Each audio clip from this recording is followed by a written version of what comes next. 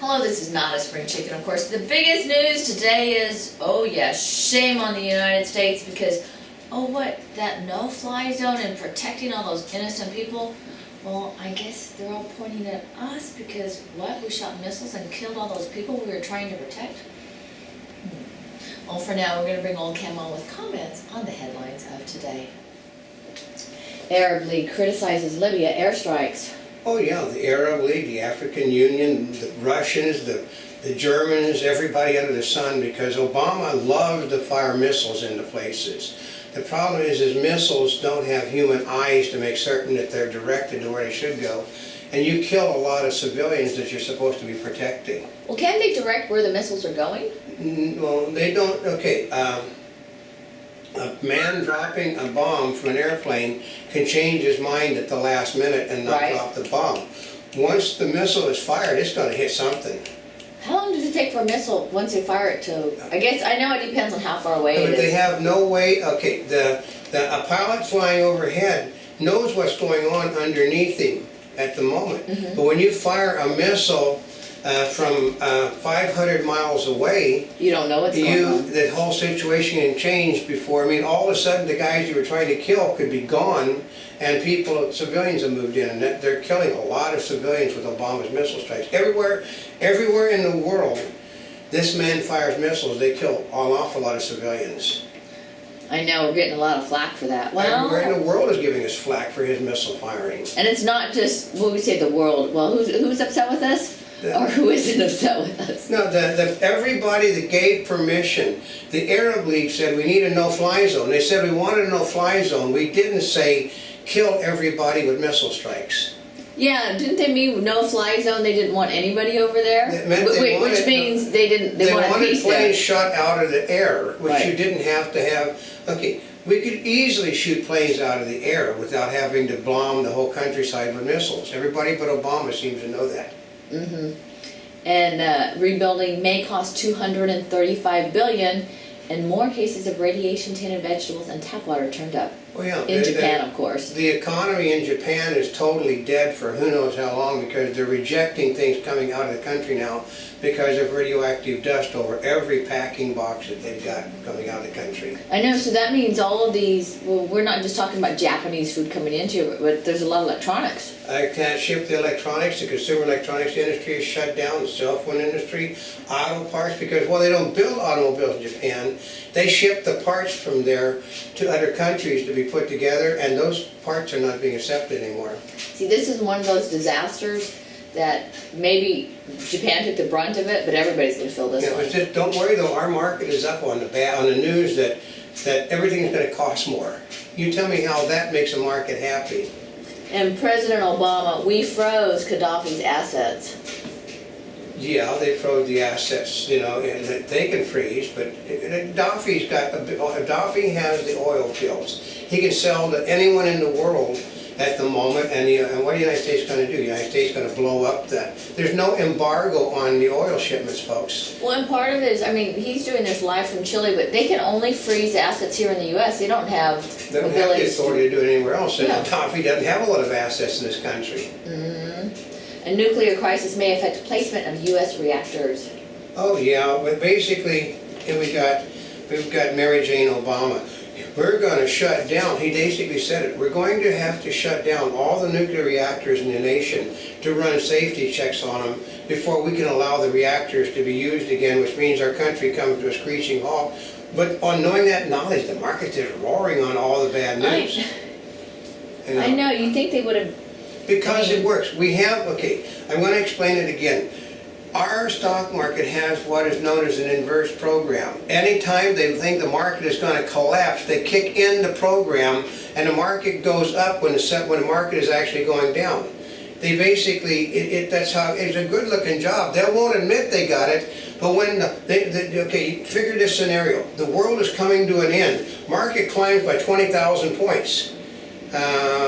Why would you be buying stuff on the market if you knew the world was coming to an end the next day? But that's because the reverse programming goes in. It's why you don't like computers, because in a computer you can make a stock that is going down go up by just flipping a switch and reversing the trend.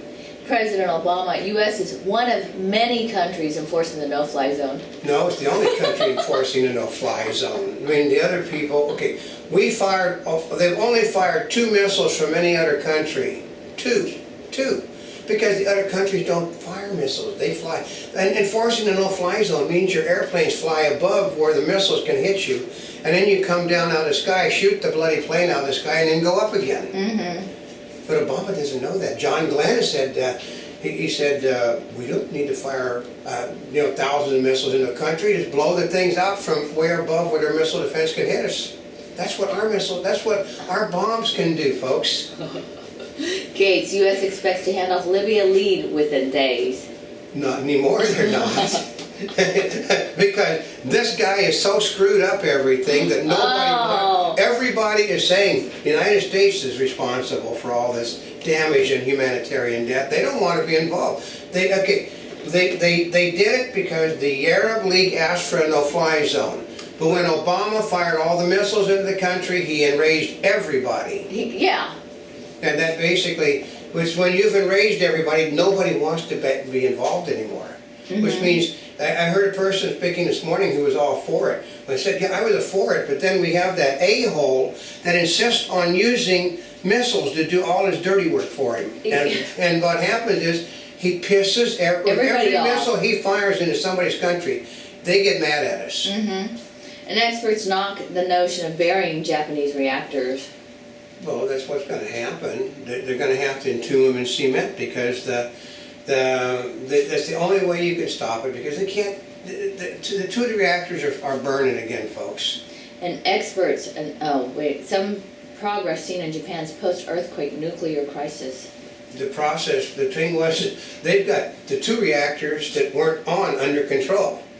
Oh. Isn't that a great one? Uh-huh. See, they're not leaking water because they aren't on. And tech companies pitch in on earthquake response. Yeah, I mean, the tech companies they have to, because the tech companies get a lot of their microcircuits and all of this stuff from Japan. Japan basically is noted now for, they used to be transistors, resistors, now they put most of the computer chips that aren't done in Silicon Valley, and all this stuff is created there. All the electronic parts for your automobiles are done in Japan, basically. Ooh. And the car industry is going to suffer massively from this problem. Police officer killed and another wounded in Wisconsin shootout. Yeah, so supposedly what it was is they were trying to show that we are not going to do what, said it was an asinine letter to be sent out by the union heads. We're going to prove that we're not going to do it. So they stupidly walk in. My father said, when he was a reserve officer, the worst situation that an officer wants to go into is a domestic violence thing, because the person that's being attacked is just as likely to shoot you. So officers run headlong into a building, and 2 of them get shot, 1 of them killed, because they broke the rules to show that we're not like those people that said they're going to let you die. And U.S. nuclear plants located near geologic faults. Yeah, it's called California, and called the San, basically they have the San Madrid Fault. There's faults all over the country. San Madrid? What's that? I know the San Andreas. I don't know it's Madrid, basically it's Madrid, Missouri. It's got the largest fault in the world sets there for it. New Madrid, and it's basically, if they figure when it goes, it's going to take a large chunk of the Midwest with it. North Korea accuses South Korea and U.S. of border provocation. Yeah, that's normal, because the problem is they drift across the border, because there's a border in the water too. If you go across that border in the water, you're invading their country.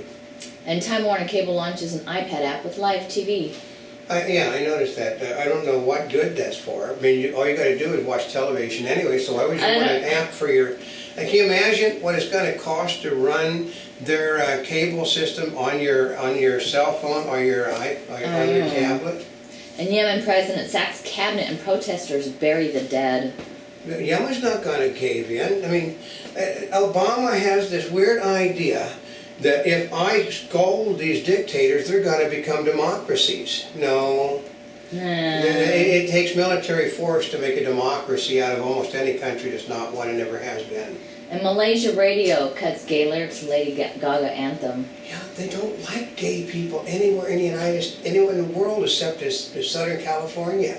They don't understand. Oh, and the Bay Area, Northern California. Yeah, well, that's right. But California is something, and it's ridiculous. I don't care about it, but the problem is that everywhere in the world enforces legislation against them. Here we don't, because we no longer have legislation to say you can't be gay. In other countries, they'll cut you off. And a Monty Bubbleism from the Mark Twain of the Animal Kingdom. When you elect someone to public office, you get exactly what you elected.